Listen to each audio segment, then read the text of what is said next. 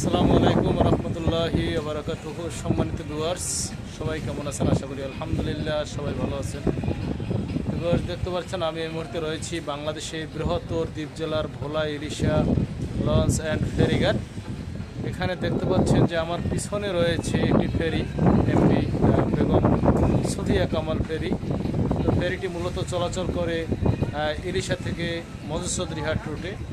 তো দেখতে পাচ্ছেন যে এখানে এই মুহূর্তে জোয়ারে প্লাবিত দ্বীপ জেলার ভোলা ইলিশা ফেরিঘাট। এখানে গাড়ি লোড আনলোডে খুবই কষ্ট হচ্ছে। তো আমি একটু দেখানোর চেষ্টা করছি আপনাদেরকে ব্যাক ক্যামেরায়।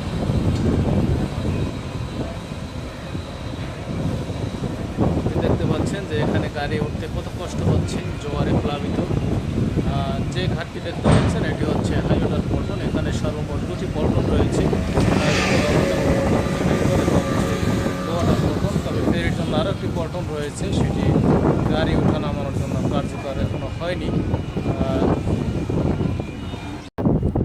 তো ভিউয়ার্স, যে পল্টনটি এখন দেখতে পাচ্ছেন এটি হচ্ছে লো ওয়াটার পল্টন। এখান দিয়ে মূলত গাড়ি ওঠানামা করে যে রাস্তা দিয়ে, সে রাস্তায় মুহূর্তে রয়েছে পানি। দুই দোকানের মাঝখানে দেখতে পাচ্ছেন পানি প্লাবিত, এবং যে গাড়িটি উঠতেছে যে পল্টন দিয়ে, এটি হচ্ছে হাই ওয়াটার পল্টন। তো এখানে খুবই জোয়ারের পানিতে প্লাবিত হলে গাড়ি উঠতে খুবই কষ্ট হয়, যার কারণে দেখতেই পাচ্ছেন আমি আপনাদের সাথে একটু দেখানোর চেষ্টা করতেছি যে জোয়ারের সময় মানুষের যে পরিমাণ দুর্ভোগটি হয়। তো দেখতে পাচ্ছেন যে অনেক লোক কিন্তু সিরিয়ালে দাঁড়িয়ে রয়েছে, যারা মজুসদ্রিহাট তো ইলিশা রুটে চলাচল করে অনেক যাত্রী। তো এখান দিয়ে মূলত এই লো ওয়াটার পল্টনে গাড়ি চলাচল করে, সেখানের অবস্থা দেখুন, এবং হাই ওয়াটার পল্টনের অবস্থাও দেখুন। হাই ওয়াটার পল্টন এই মুহূর্তে পানি কিছুটা কম, যাত্রী দেখতে পাচ্ছেন যে কীভাবে উঠতেছে। এ হচ্ছে দ্বীপ জেলার ভোলা ইলিশা ঘাটের অবস্থা বর্তমানে।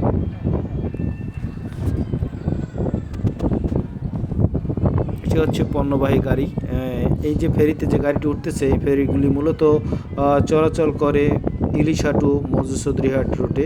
এটি হচ্ছে বেগম সুফিয়া কামাল ফেরি, এবং এই রুটে বেশ কয়েকটি ফেরি রয়েছে, তার ভিতরে কনকচাপা, কুসুমকলি সহ অনেকটি ফেরি। দেখেন যে আরও একটি ফেরি চলে এসেছে মজুসদ্রিহাট থেকে। তবে যতক্ষণ না বেগম সুফিয়া কামাল ফেরিটি এখান থেকে লোড হয়ে না ছেড়ে যাবে, ততক্ষণ পর্যন্ত এখানে অপেক্ষা করতে হবে ফেরি কনকচাপার। এ হচ্ছে এখানের বর্তমান আপডেট আজকের দ্বীপ জেলা ভোলা ইলিশার পরিস্থিতি। সবাই ভালো থাকুন, সুস্থ থাকুন, সবার সুস্বাস্থ্য কামনা করে বিদায় নিচ্ছি। যদি ভালো লাগে আমার এই পেজটি এবং চ্যানেলটি সাবস্ক্রাইব করে ফলো দিয়ে সাথেই থাকুন। আসসালামু আলাইকুম রহমতুল্লাহি ওয়া বারাকাতুহু।